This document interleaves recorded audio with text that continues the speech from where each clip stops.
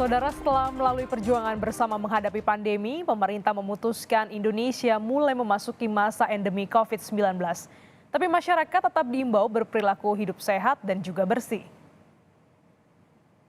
3 tahun lebih kita berjuang bersama menghadapi pandemi COVID-19.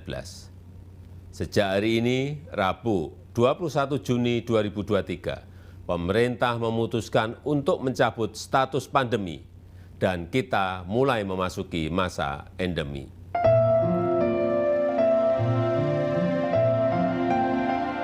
Tiga tahun lalu, tak pernah terpikir kita akan melalui badai pandemi COVID-19 ini. Sejak kasus pertama diumumkan pada 2 Maret 2020, berita duka terus mendera. 31 Maret 2020, pembatasan sosial berskala besar PSBB pertama kali diterapkan. Bekerja dan sekolah, semua dilakukan dari rumah.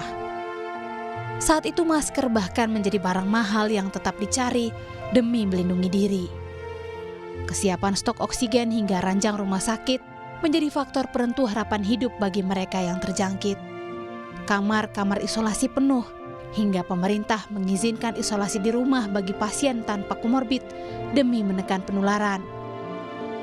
Harapan baru muncul ketika Indonesia akhirnya menggelar vaksinasi COVID-19 perdana pada 13 Januari 2021, seiring dengan meningkatnya ketersediaan vaksin di dunia.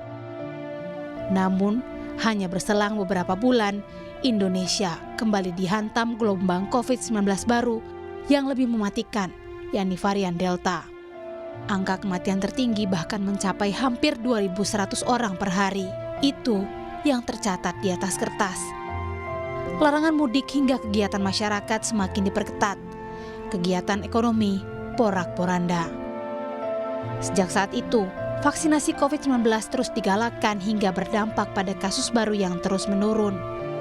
Vaksinasi booster alias dosis penguat juga sempat menjadi syarat perjalanan.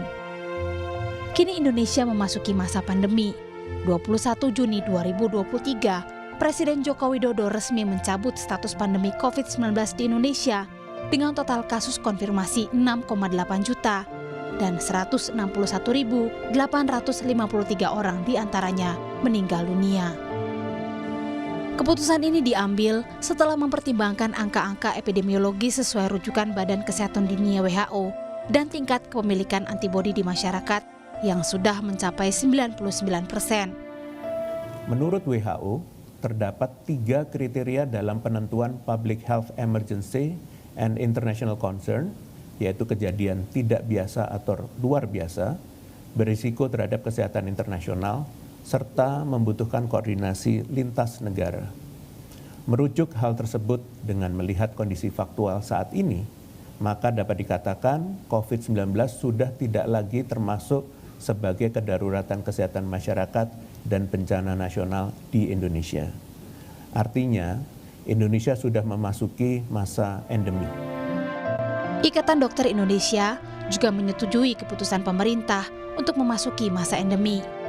Namun, masyarakat tetap diimbau untuk mendapatkan vaksinasi dosis booster, menggunakan masker jika sakit, dan tetap berperilaku hidup sehat. PBID menyatakan setuju dengan pemerintah terkait keputusan pencabutan status pandemi COVID-19 di Indonesia, dan bahkan Pak Presiden mengatakan kita masuk ke fase endemi. Endemi itu bukan berarti penyakitnya tidak ada atau lenyap atau musnah. Endemi itu artinya penyakitnya tetap ada tetapi terkendali. Meski demikian, epidemiolog menilai diksi pemerintah soal pencabutan status pandemi COVID-19 adalah salah kaprah karena WHO belum resmi mencabut status pandemi dunia meski sudah mencabut status kedaruratan kesehatan globalnya.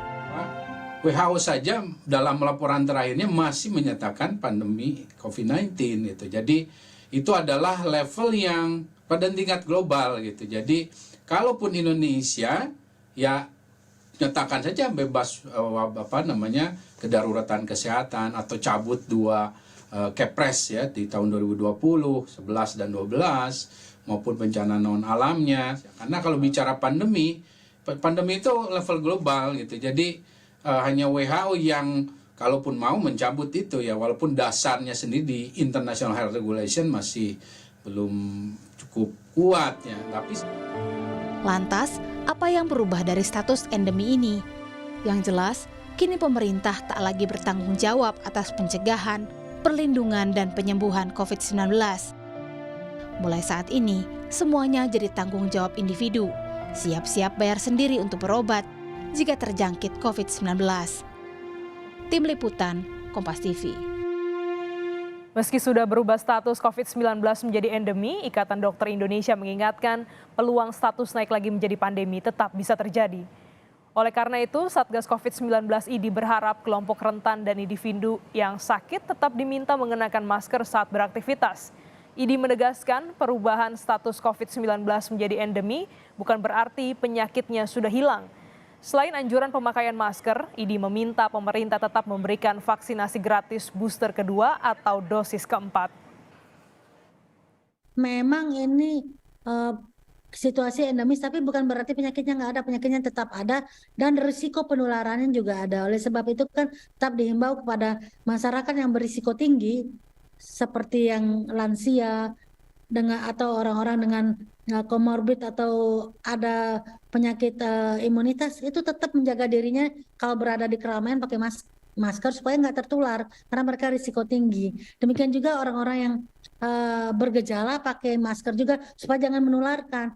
Ini adalah salah satu perilaku yang mencegah terjadinya sirkulasi kuman virus yang terus-menerus, karena sirkulasi dan transmisi yang terus-menerus akan memicu terjadinya mutasi, dan mutasi memicu terjadinya strain atau strain baru atau varian baru. Pemerintah atau merekomendasikan kepada pemerintah walaupun situasinya endemis tetap akses penyediaan vaksin ini diberikan gratis kepada kelompok risiko tinggi yang tidak mampu membeli. Jadi kalau bisa vaksin ini masuk ke skema BPJS untuk orang-orang kelompok PIB itu akan bagus sekali. Jadi kita tetap memberikan perlindungan kepada orang